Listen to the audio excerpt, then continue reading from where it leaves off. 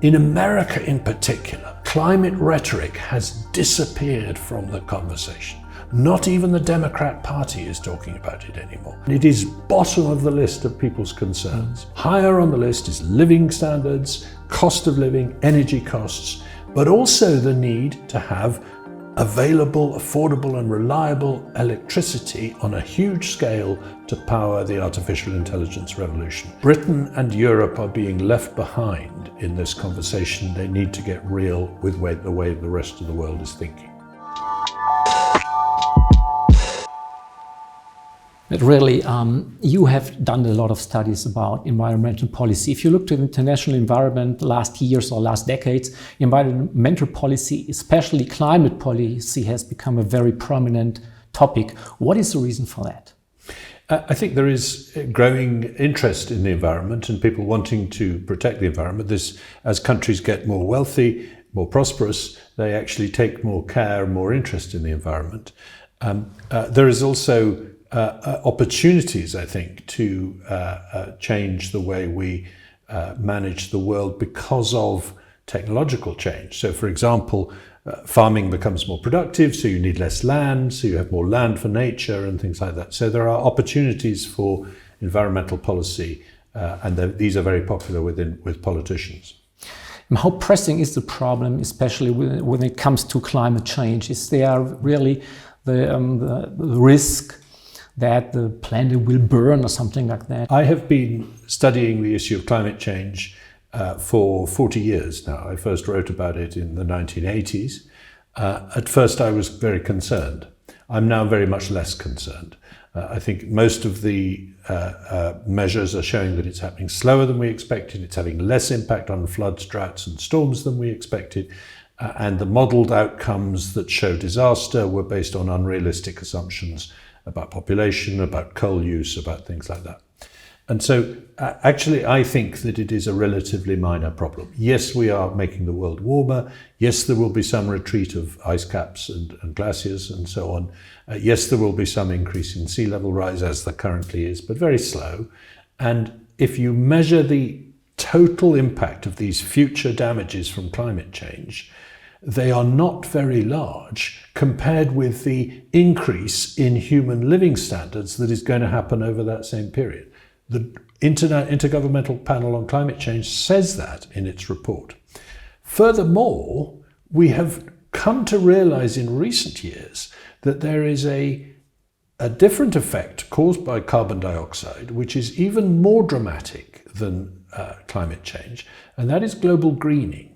This is the effect of extra carbon dioxide in the atmosphere on the growth rate of plants. We can measure this on a local level, on a global level, from satellites, and we can show that we have about 20% more green vegetation on the planet every summer than we did 40 years ago.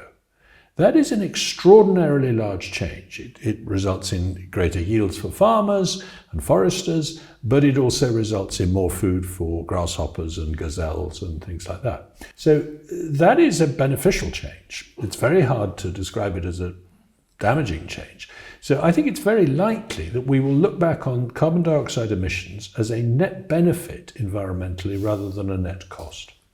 Would you go as far as to say that the problem is going to solve itself by the greening, because green plants and so absorb carbon dioxide, so that the problem is going to nature is going to solve it by itself? To some extent, it's true that because the green plants absorb the carbon dioxide, they slow the rate of increase of carbon dioxide.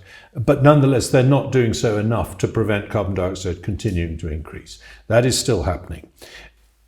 Conversely, we are also finding that decarbonizing a modern economy is much more difficult and much more expensive in the short term than we thought it was going to be. We thought renewable energy or giving up various kinds of technologies would be very easy, not very costly. In fact, we're finding that renewable energy drives up energy costs. We're finding that it's very hard to do it on a big enough scale to make a difference. We're finding that nuclear power is in retreat, which is a low carbon energy source. So we need to take a longer period, and luckily we have got a longer period, to solve the problem with technology. Because if we want to stop emitting carbon in the 21st or 22nd century, then we're going to do it with a technology innovation. We're not going to do it by telling people they can't fly, they can't eat cows, they can't enjoy higher living standards. That's never going to work politically. So we have to solve it with a technological innovation.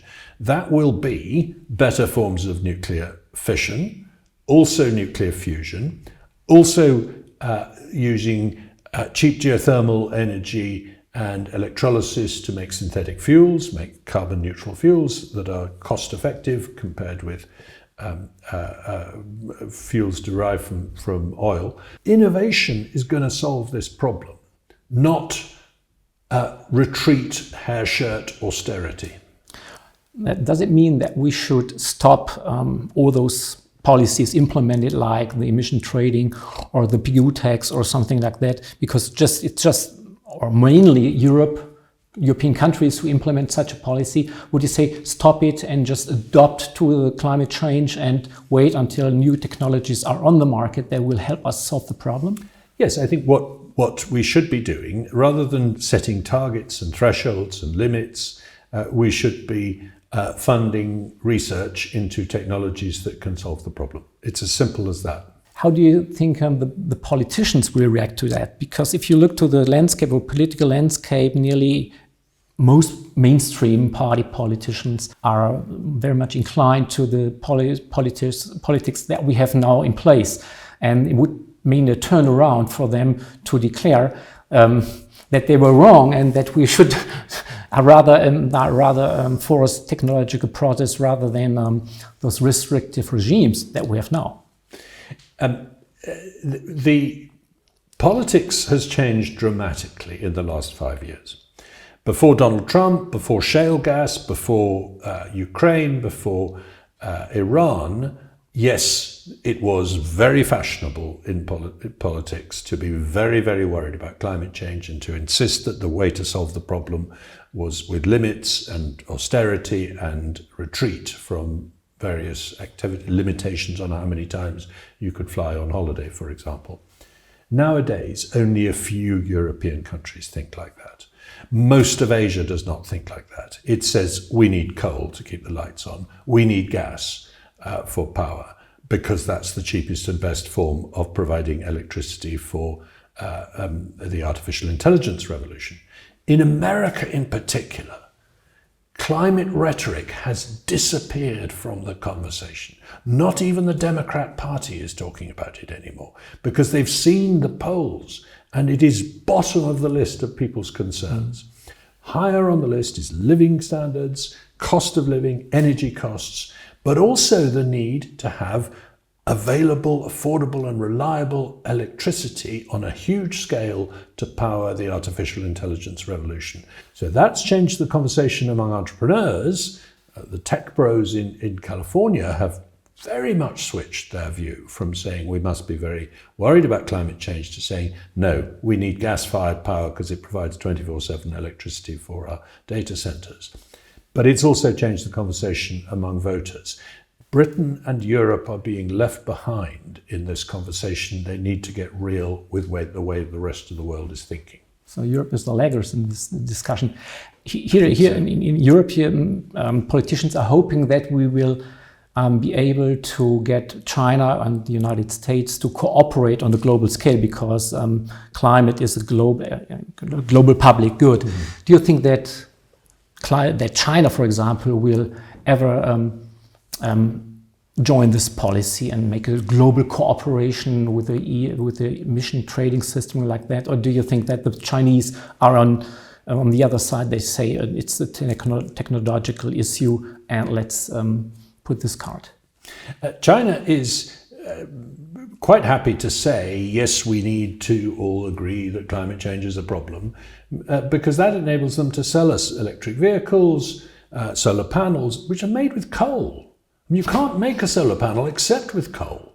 And in China, an electric car runs on coal. It's a coal car because the electricity is coming from coal-fired power stations. China burns more coal than almost the rest of the world put together now. And it's still increasing. It's building an enormous number of new coal-fired plants. So it is not going in the same way as Europe. It is making money off our concerns, but it is not actually solving them itself. China will, I think, contribute to the development of nuclear power, to fusion, and to other technologies that will help us to solve the problem in the long run.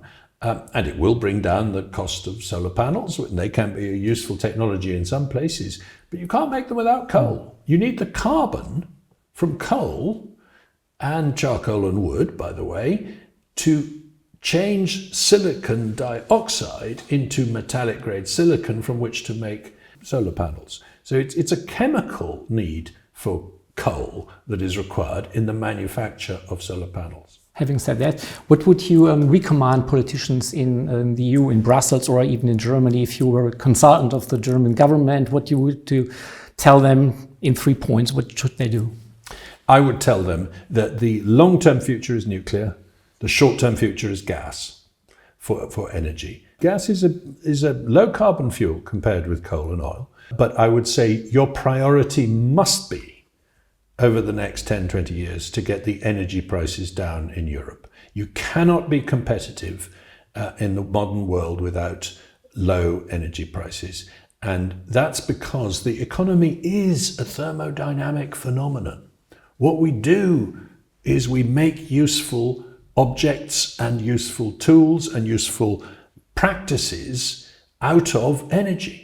We apply energy to everything, to transport, to manufacture, to this conversation. I'm using energy to do this conversation. We need to make that energy as affordable as possible in order to develop as much innovation as possible, and that innovation will solve the environmental problems. I will recommend you being consultant of the German government. Thank you very much.